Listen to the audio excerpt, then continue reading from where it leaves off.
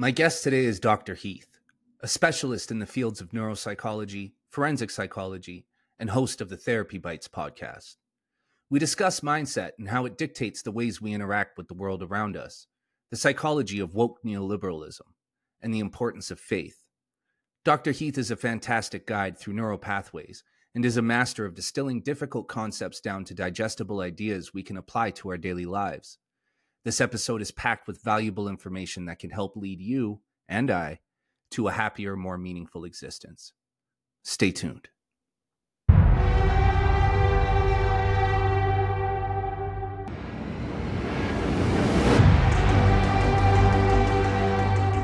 Dr. Heath, thanks for joining me today. I'm a Therapy Bites listener.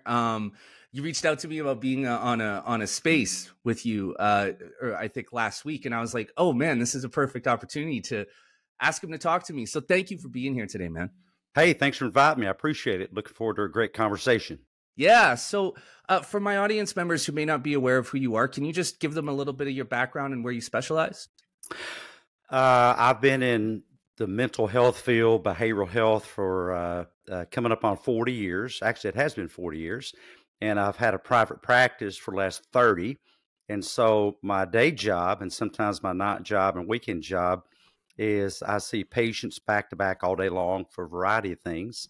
And it's everything from A to T. I don't know if disorders that start with a Z, but A to T, everything from anxiety to trichotillomania. Which parents are probably familiar with. Trichotillomania is the, it looks like you may be too. So trichotillomania, the irresistible urge to pull your hair out. And so everything between A and T. Yeah. And I got to say, Therapy Bites is an awesome show. I'm a listener. You cover a wide range of topics. And, for myself, I've been exploring mindfulness and meditation in my own mental health for the last couple of years. I picked up my family. I moved us to an entirely new province in Canada. I'm originally from Vancouver. We're in Alberta now.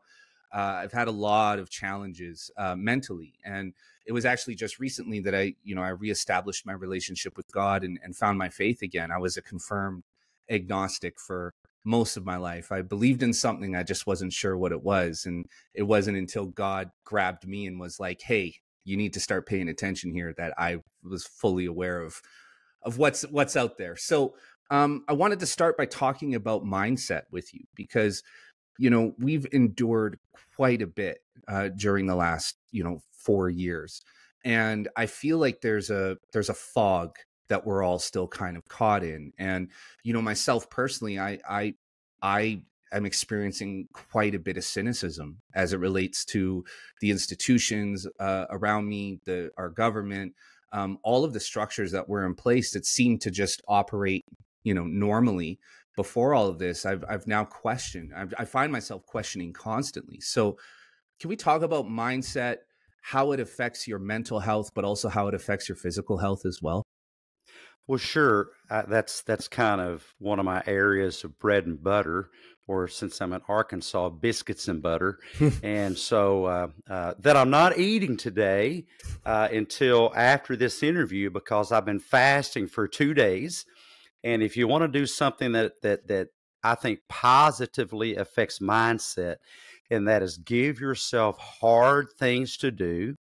Because the more you give yourself hard things to do, and for me, fasting once a week for 40 hours is one of those. Please get that cleared with your physician. Find a fasting-friendly physician because not all physicians believe in fasting.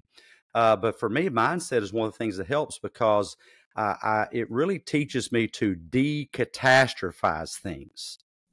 So it is a typical thing for humans to first have a initial impression that this thing is a danger to me. And that's fine. That helps our survival. The problem gets to be when we don't realize that our brain is automatically doing that for safety. And then we can think about that thought, consider it, compare it with other ways of thinking. Okay, I think this is a threat to me. Okay, but what else could I think? What's the evidence for my thinking? And so it's not really a problem. People talk about, things are so hard today. We've had so much war. We actually have less war now than any time in human history. There are fewer people dying of war than any time in human history. I think it is a time for optimism. I think it is a time for looking forward. But yeah, you can certainly get in the mindset of doom and gloom and become a bit of a Chicken Little, Chicken Little, the sky's falling. And the thing about mindset, we first engineer our thoughts, and then our thoughts engineer our lives. Now, part of our lives are emotion and behavior. So there is no emotion that does not come from a thought process. So whether it's sad, mad, glad, disgusted, ashamed, stressed, depressed, anxious, angry, pleasure, fearfulness, all of that comes, let's just take fearfulness, all of that comes from a thought process. Another thing that helps mindset on that point is understanding that we humans are engineered to have all of those emotions. None of them are bad. None of them are negative. No one ever dies from a non-preferred emotion. Now, you may not like it, but just imagine a life. I was talking in the space last night about this. Just imagine that you could take the proverbial, blue pill or whatever, and if you take it, you will automatically, from this point forward, be unable to experience any difficult emotion. I would ask your listeners, would you take the pill? No more sadness ever. No more anxiety ever.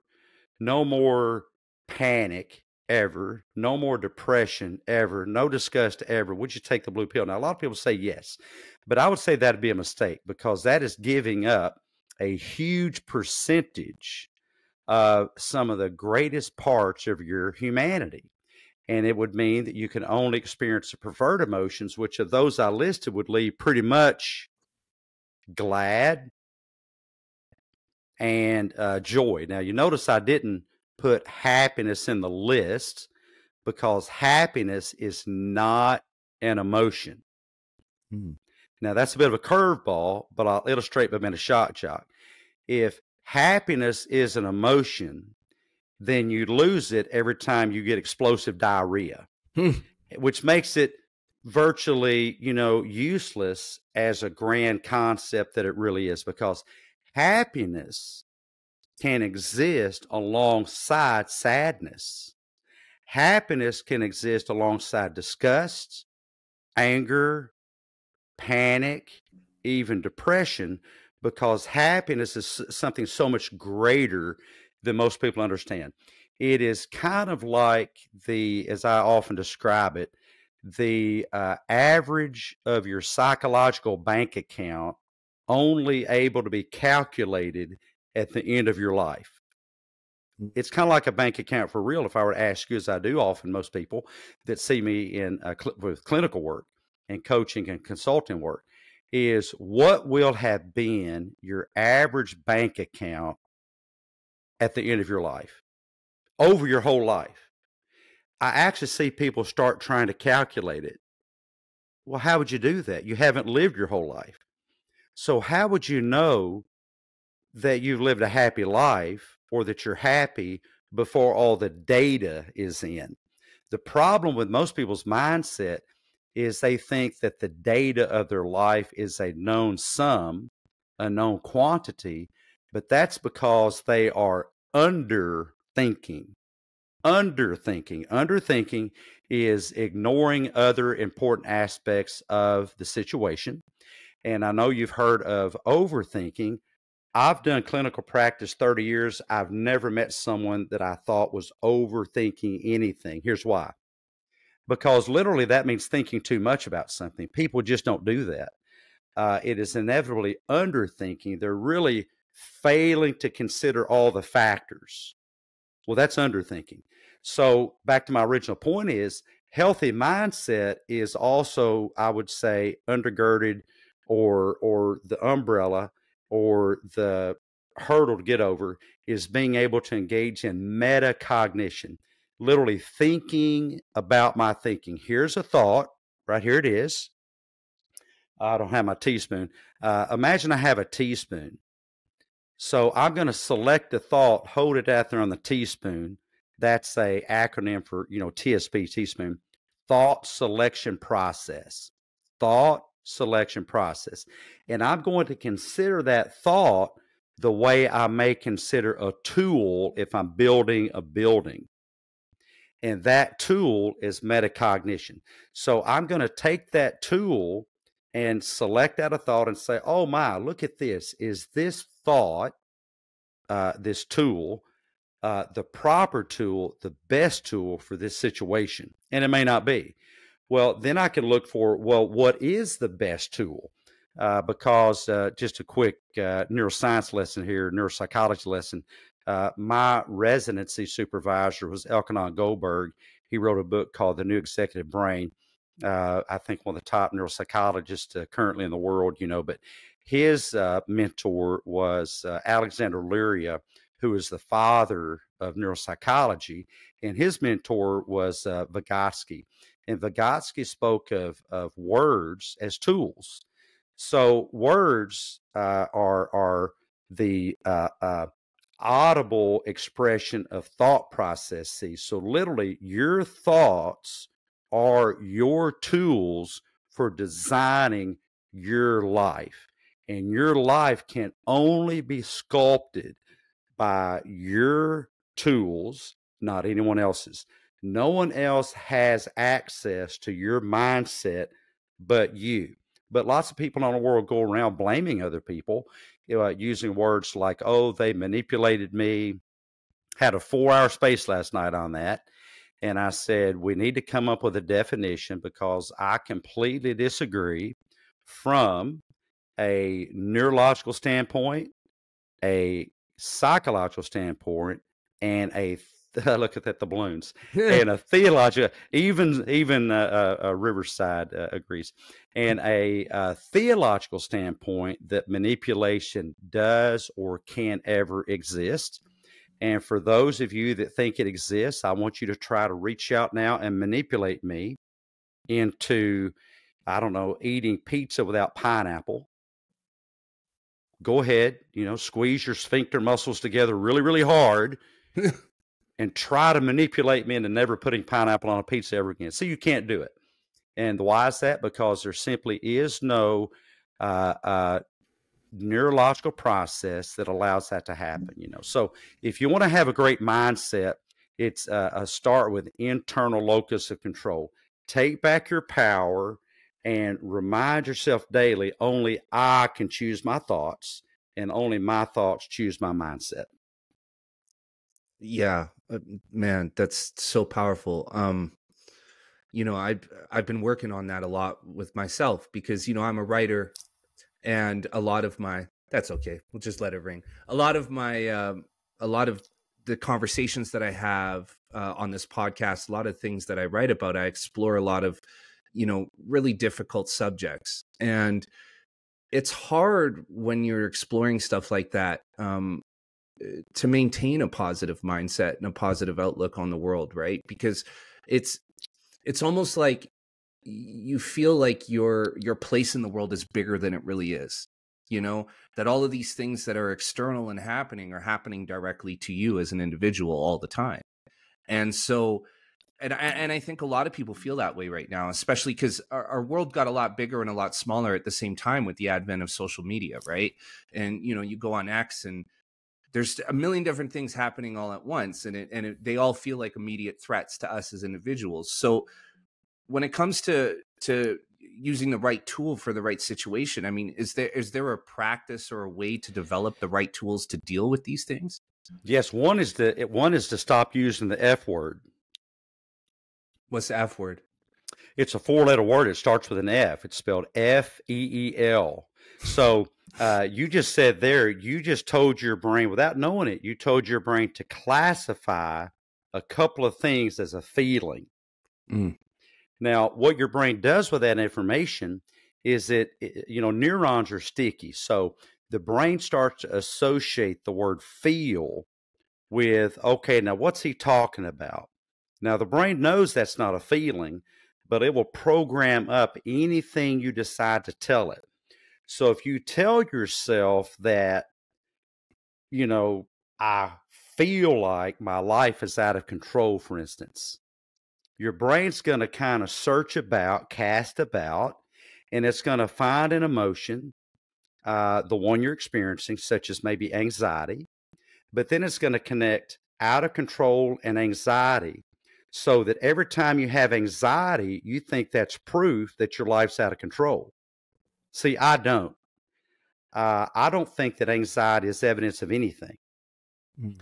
I don't think that sadness is evidence of anything. I think that the way emotions work are kind of like the smoke alarm in your house. Now, the smoke alarm in your house is engineered to tell you when there's a fire, right? That's a trick question. It's not. It's not. The smoke alarm is engineered to tell you if there might be smoke that you should pay attention to and investigate to see if there is a fire causing the smoke. Smoke detectors don't detect fire.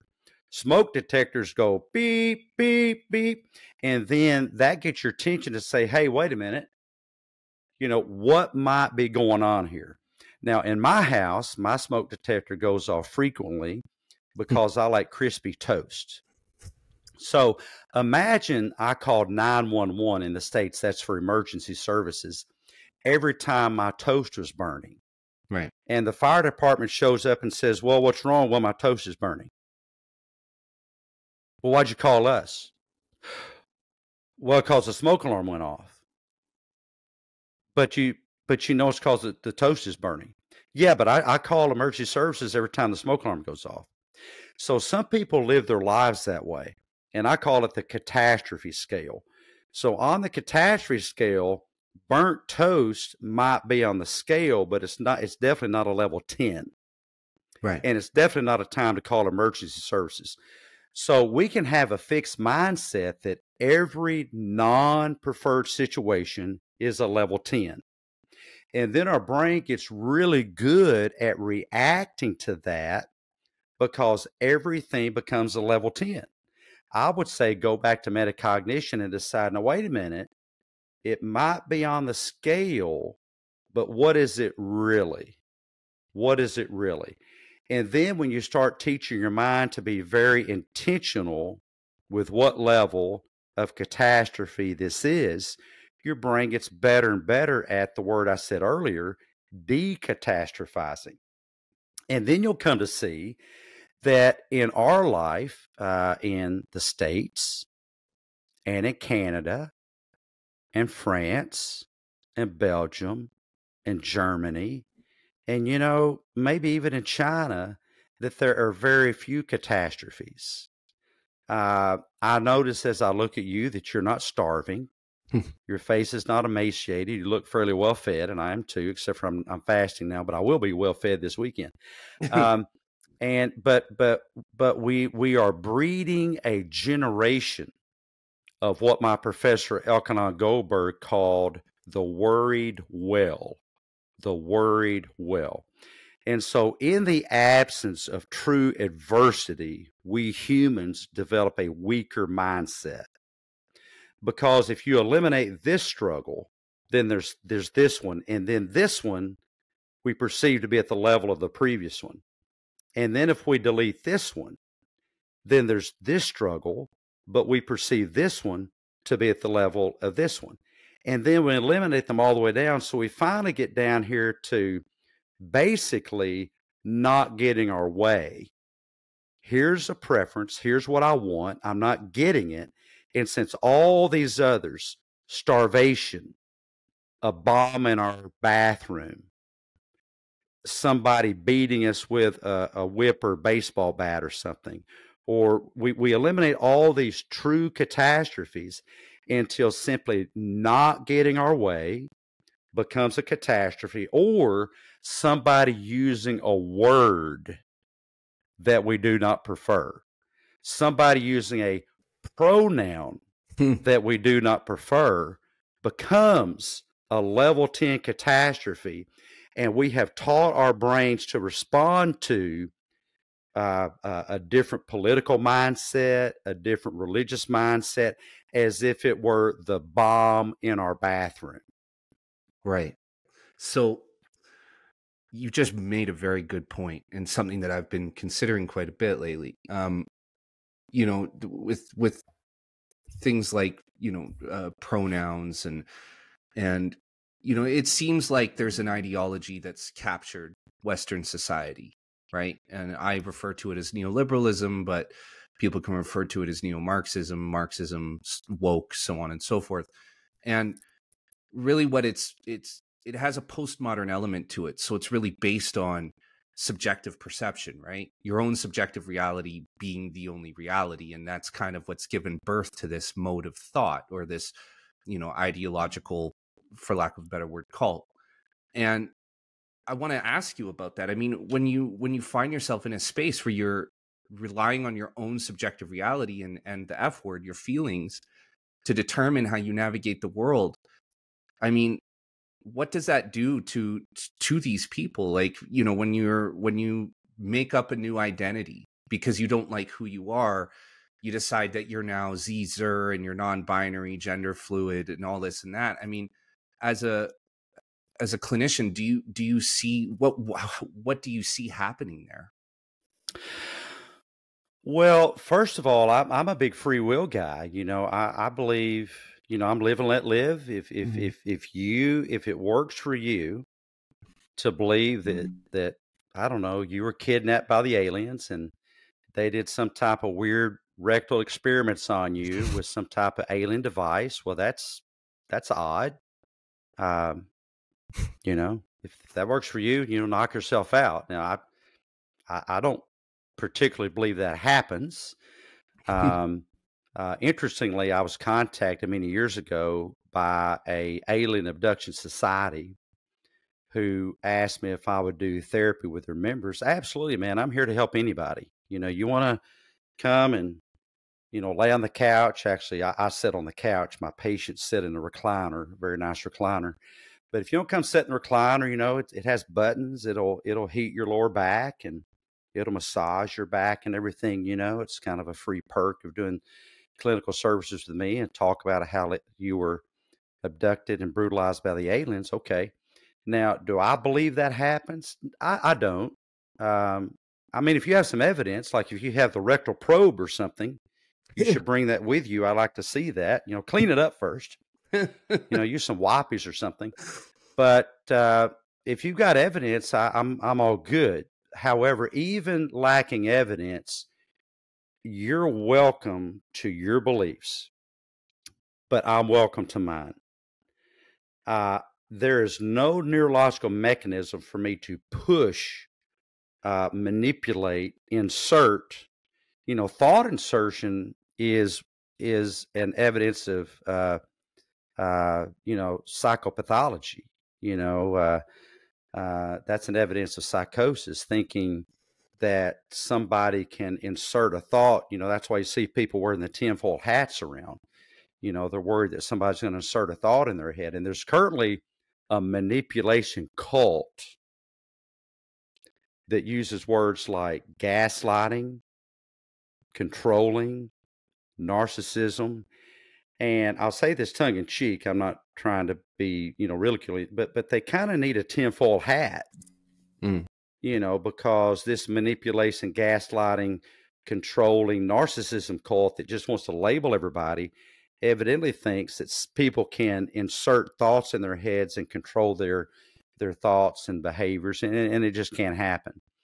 So it is a whole generation that is deferring out personal responsibility for our own thinking. And I'm very much a Teddy Roosevelt, the buck stops here.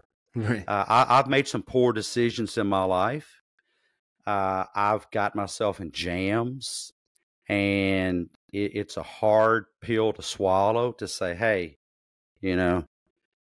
yeah, you're the one that sold, that wanted to sell me the bill of goods, but I bought it. I swallowed it. And so I think it's a very, very dangerous thing and speaks to a lot of self-esteem issues where people don't know how to tolerate. It's kind of a frustration tolerance thing.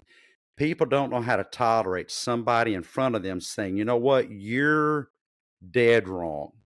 And Mm. no, I'm not going to use the language that you prefer. And then we try to legislate it. So the words I use in a relationship, excuse me, that can't be legislated. That's a character issue. So Right. let me explain further. You can legislate that there are things you cannot say, but that's pretty limited.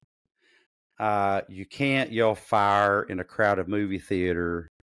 It is illegal to engage in the behavior. Ultimately, speech is behavior.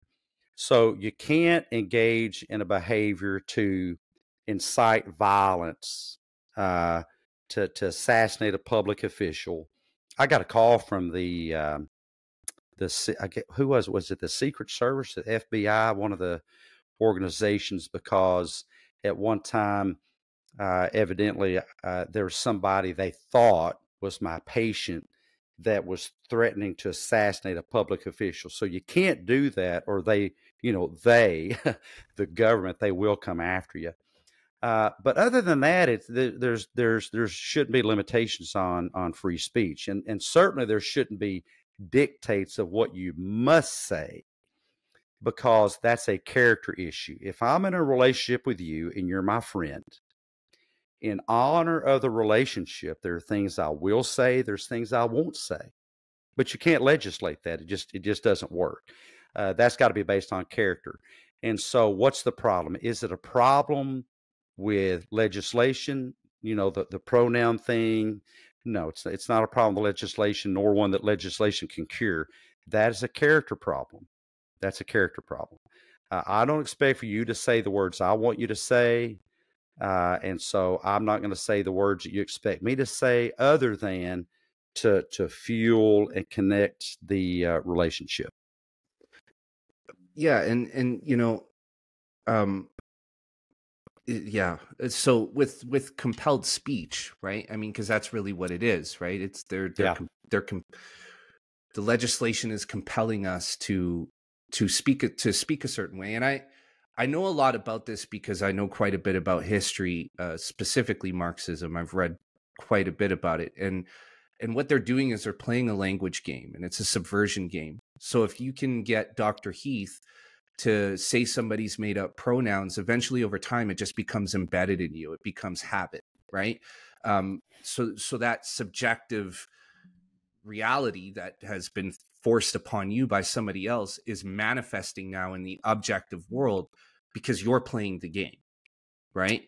And so what are the psychological characteristics of people who want to compel you to behave in a certain way, or to behave in accordance with their own subjective beliefs? Well, it's not. I don't think I can put that into a single bucket, because I don't think there's a single reason. I think that there are people that don't have a good, healthy self concept, and they're looking to farm that out to you or to someone else. For instance, I have people call me all kinds of things, some of them not very nice.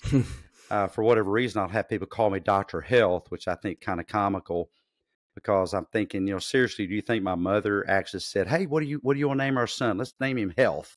Yeah. So, we have a saying: I don't care what you call me, just call me time to eat. Right. And so I don't wrap up my, for instance, the whole doctor thing. I don't even insist, other than in a court case, a forensic case, and there's reasons for that I'm called Doctor Anything. If you know me, you can call me Heath. That's what all my friends call me, and that's what my mother called me, and that kind of thing. So I don't even insist on that. But why? Because who I am is not wrapped up in a label. And so you have people that have a weak mindset. And I'm not saying that to be critical. I'm really saying that to be helpful, because I'm encouraging people to take their power back. And if you're allowing who you are as a human to be wrapped up in the label of some word or whatever, especially a pronoun, then I think that that's not good for you. Mhm. I also think it's not good for you if you base your identity in a political party, if you base your identity in a sexual orientation, if you base your identity in what anybody says you are, other than being a human. And it's not for nothing, as I often say, that Soren Kierkegaard had placed on his tombstone. It's not a pineapple pizza, by the way, but on his tombstone, the individual, because he, like other existential philosophers, as do I, believe that the greatest label you can ever have is the one based in how God looks at you. And God does not look at you as a Republican or a conservative or a Democrat or a pronoun. Certainly, God looks at you as a human, and that is the highest thing you can ever be looked at in regards to. So I would capitalize on that. But as far as the people wanting to do that, from a Maoist perspective, we have had some spaces with Honey Badger on that.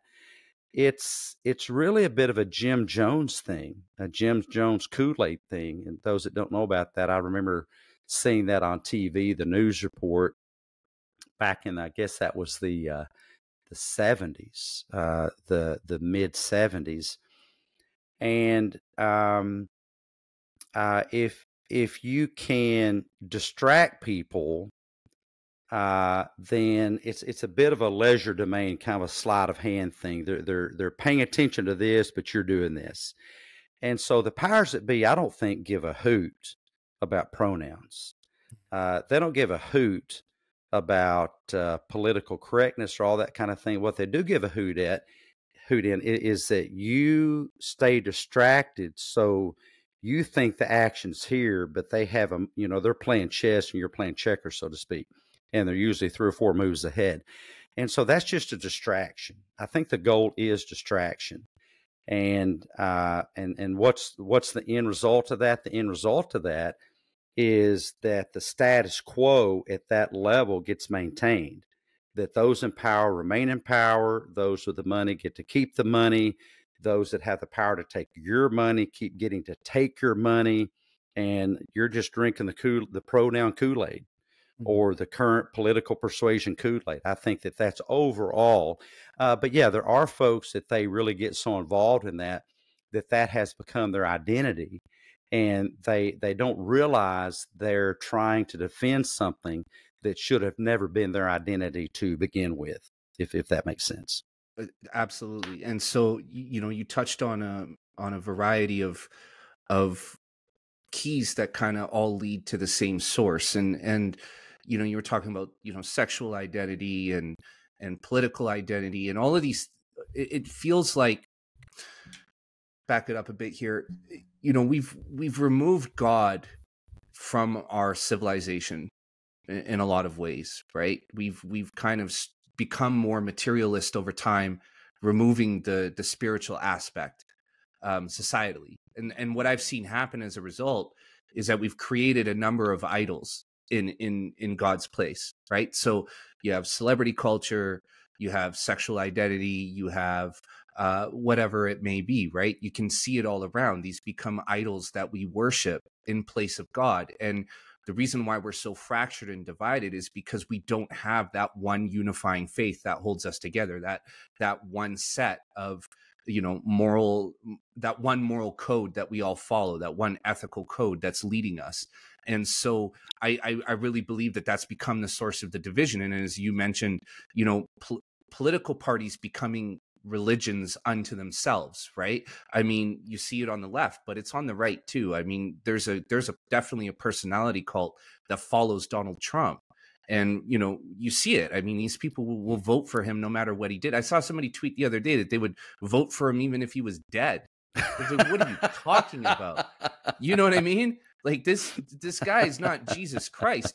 But this is the thing, is we're creating messianic figures in place of the faith that established our society. So I want to ask you about that. I mean, what role does faith play in our lives? And do we naturally seek a higher power in things once we remove that one unifying force that holds us together? Well, this is my personal belief. I'm not, the listeners don't have to subscribe to it. But one of my favorite verses is, "It is in Him, that in God, that we live and move and have our being." And so that gets down to kind of a deeply physiological thing, if not a quantum physics thing. And that is, it is the Creator Himself that holds my molecules together. And that's pretty spooky when you think about it. So you're right that, well, I don't think that, I was listening intently when you said that about the idols. I'm glad that you got to that, because I don't think that we are getting God out of our culture. I think everybody has a God, everybody, or gods. It's just that they choose idols instead of the real thing. And the problem with that, dates way back into the Old Testament, that talked about idols of gold and silver and wood. And the problem with that is that they can give you, there's no hole they can fill. They literally can give you nothing. It would be like having a blow up doll instead of a spouse. There's ultimately, there's nothing. So a lot of people just have a blow up God, and the blow up God is could be a religion. And everybody has a religion. You might be religious about not being religious. That's your religion, Right. such as atheism and agnosticism. But why would you go for those things when you can go for the real thing? And I ask people all the time, what do you think is the one thing that God wants from you? And I ask this of pastors, parishioners, deacons, Sunday school teachers, all kinds of people. Almost nobody gets it right, because they'll say, well, He wants obedience. Yeah, that's nice, but that's not what He's after. He wants money. Yeah, that's nice. That's not what He's after. I think, God doesn't, I'm not sure God needs money. He doesn't really shop at Walmart. Well, what about fear? Oh, you think God wants an emotion from you? No, I don't think God wants an emotion from you. So ultimately, God wants from me the same thing I want from my son. By the way, I've got my shirt on today. Proud dad of a future doctor. My son's finishing some of his comps today at med school. Congratulations. So That's awesome. Yeah, thanks. It's been a rough week for him. I'm sitting here waiting to hear how those went. But God thinks of me the same way I think of Him. And what do I want? His obedience. Yeah, that's nice. His money. Nah, he didn't really have any. Service. Yeah, it's nice to get help every now and then, but I can do most things myself. I just want the relationship. I just want the relationship. And that's the one thing that God wants from me.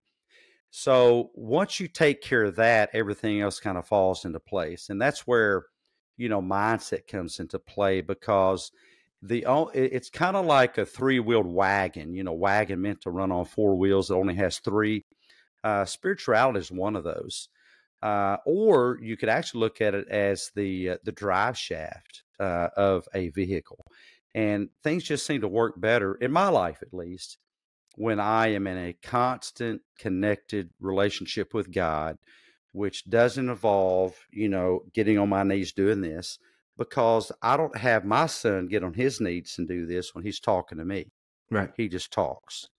So I have a constant conversation with my Creator, and that is completely removed from any other kind of typical traditional religious practice, because it's a relationship. I don't require, and I think church is a wonderful thing. I just don't think it's required to have a zip code or a building address to have a relationship with my Creator. And so I have a daily walk, and spirituality is a large part of my life. It's just not traditional spirituality because, I don't really require that. It's great. I love doing that, but it's not a requirement to have a relationship, because that's all God wants from me. And I'll have idols myself, but I try to get those out of the way. Everybody has the potential to have idols, and and some thoughts themselves can become idols. And I work with folks on that every day. But I'm not sure that answered your question. You can No, redirect. it did totally. I view it very much the same way. I think that, saying your Hail Marys and going to church every Sunday, and I think that these are great things, but they're simplifications of that relationship, right? And sitting in a building or putting your hands together and saying the same thing over and over and over again, it's not necessarily a true pure relationship. You're kind of doing it as a formality, right? And so that's that. I feel very much the same way. Like, I don't go to church, but I was reading Hebrews last night, and it's, the Bible is interesting because you have the Old Testament and the law that was set by Moses, and then Jesus shows up and basically says, "Hey, no, we're not doing that anymore. We're changing this," right? And so you kind of look at the way that we've translated the Christian Bible into our society, into our civilization, and I feel like we're a little bit off, because Jesus talks quite frequently about, hey, you don't need to do any of these rituals and all of these things that you were doing before, right? Like, as long as you're pure in heart and you have that connection to God, then you don't have to do all the other silly stuff. But I feel like we're just kind of creatures of habit, and therefore we rely on these rituals in order for us to think that we're establishing that relationship, when in a lot of cases, unfortunately, I know a lot of people who do the ritual but don't exercise the relationship part. Yeah, Right. see, that's the thing. I love ritual. The brain is engineered for ritual. I call them patterns. So I do the same thing every night. I get my little supplement stack ready. I listen to an audiobook while I'm doing it. When I'm done with that, I go do my workout. Last night was biceps, by the way. Tonight's going to be triceps. I do the same thing every night. So ritual is great. When you get an automobile, you have a ritual. You hopefully put your seatbelt on, take this thing right here and put it where you're not fiddle-faddling with it while you're driving down the road and wind up killing yourself or somebody else. Right. And then you start it. And then, there's a ritual or pattern to everything. That's not a bad thing. The bad thing is that when you're so fixated on your ritual, you let that get in the way of the relationship. You let that get in the way of, or other relationships, so that would be the problem. Yeah, totally. And so I wanted to ask you, faith, how does faith relate to mindset? How does because faith relate to mindset? I mean, in terms of, I guess that's a pretty broad question. I mean, no, I like it. I'm thinking about it.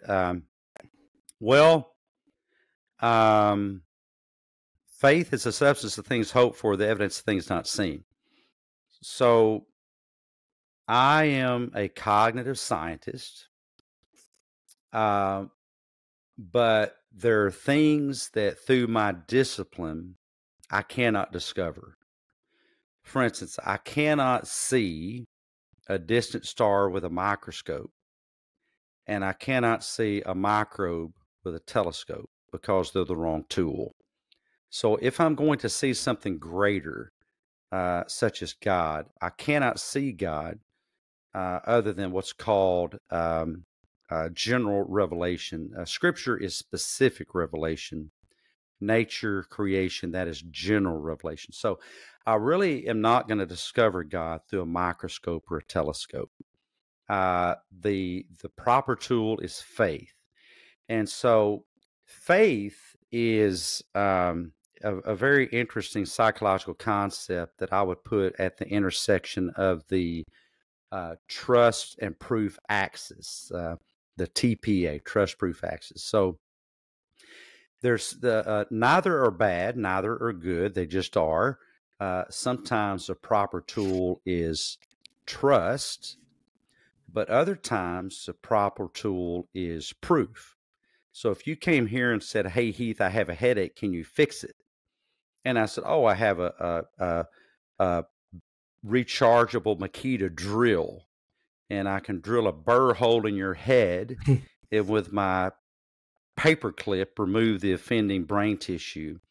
I would say that trust is a very bad tool for that situation. You should ask for some proof, credentials or whatever, which I don't have credentials to drill holes in people's heads, by the way, which is why I don't do that. That's just rude. So the thing when it comes to God is proof is not going to be the proper tool. The proper tool is trust, i.e., that is faith. And so back to the verse, faith is the evidence of things not seen. And so I don't know.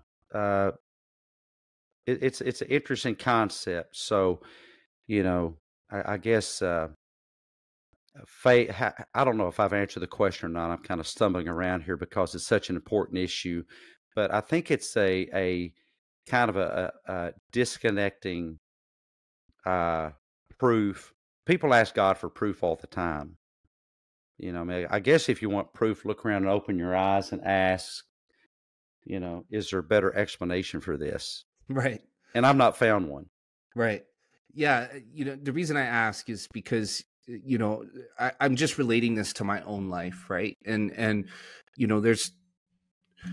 it's a long story, but I put my life in God's hands, almost a year ago, and I've kind of allowed myself to be a passenger rather than the one that's constantly in control.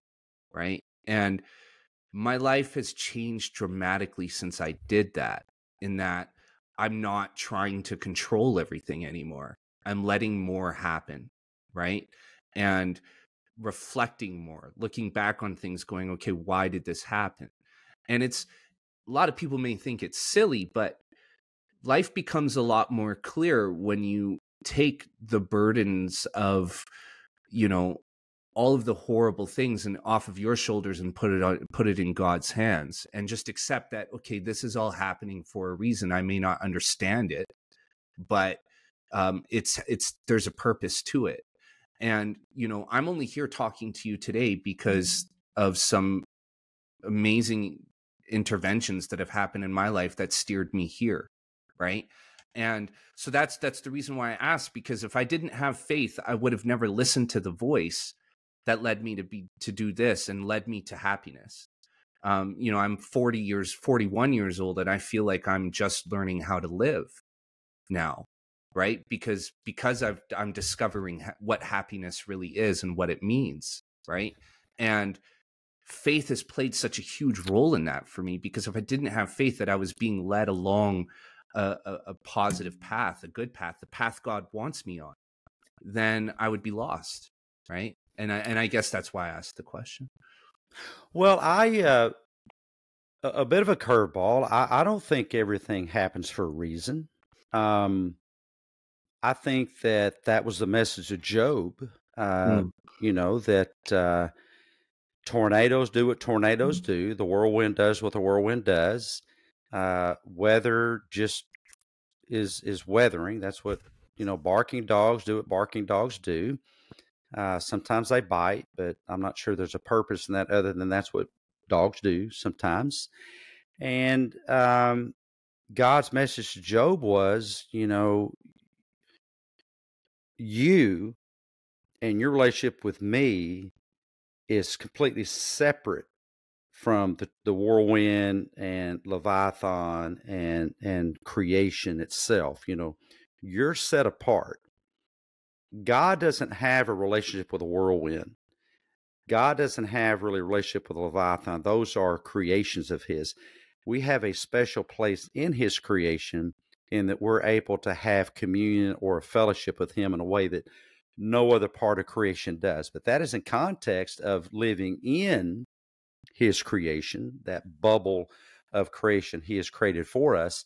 And I think that that's required for free will. You know, I don't think that God can run around rescuing us from every pothole and every hurdle and every stumbling stone, and free will even really exist. I think God is on the journey with us. I think God is very interested in the journey, but God cannot both have a relationship with us and choose our footsteps, because then we become a automaton, lacking free will. And so we must have, you know, creation itself and potential for disaster for us to have free will.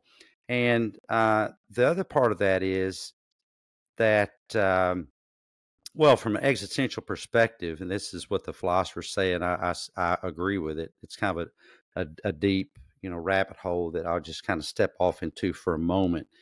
But life is a gift, and it comes to us gift wrapped with a big fancy bow on top, and then we unwrap it, and the box is empty. Why is that? Because life is meaningless. It's meaningless until we, given the ability to do so from God himself, we decide what to put in the box. So it's not that something comes to us with an engraved meaning on it. Things come to us, and based on our mindset, we ascribe value or meaning and value to it. We decide what meaning there is. We decide what value there is. We decide thoughts and attribute value to those thoughts. And by the way, that is I think what makes us most God-like. You know, we're creating the image of God. Well, that's what God does. In the beginning, John, book of John, in the beginning was the knowledge, was the logos, was the thinking, and the thinking was God.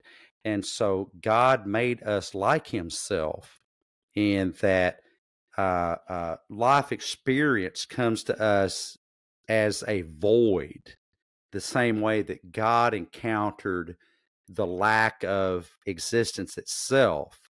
You know, there was a void, and God brought meaning and order to the void. Our void is life itself, and our task is to bring meaning to it. So it doesn't come to us with meaning, we attribute meaning to it. But how we attribute meaning is what causes our life. And so I tell people, be very careful. Be very careful where you set your values and how you ascribe that meaning, because that will dictate your life. Yes, man. Okay, I know. I want to let you go and eat your biscuits before you got to get to the next thing. Actually, it's going to be shredded wheat and blueberries. Oh, well, there we go. And a latte, my own special recipe of turmeric, black pepper extract, black maca, let's see, carob, cacao, and a blend of what's called 7 sacred mushrooms that's full of beta glucan, which is a superfood. And so, you know, everything a growing boy needs. So that's my breakfast, is my shredded wheat and blueberries, and my black pepper infused turmeric, black maca, 7 sacred mushroom, carob, cacao latte blend. That sounds amazing. I was actually, you know, what's funny is I got to get on top of this stuff as well. I need to do some immune boosting stuff. So I'm probably going to try that exact recipe that you just gave me there. Yeah, it's an acquired taste. I mixed it up with coconut milk. Okay.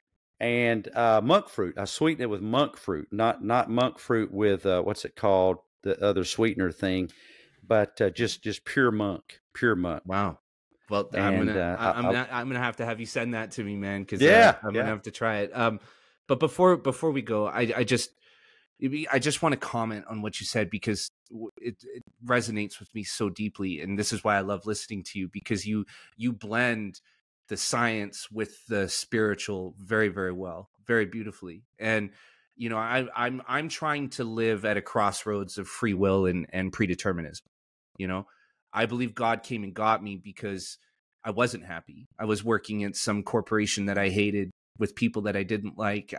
My life didn't have meaning. Now my life is full of meaning. And of course it did. I'm a dad. My life obviously had meaning in raising my children. But for me, and I think that for most people, that's what we get lost in, is creating meaning for ourselves as individuals, because we have to have it.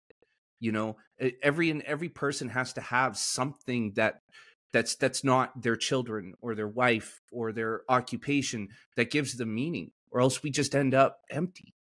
And I believe that the path that I'm on is given me a ton of meaning. I mean, I'm having these conversations with people like yourself, these brilliant minds. And so I think, yeah, there's free will.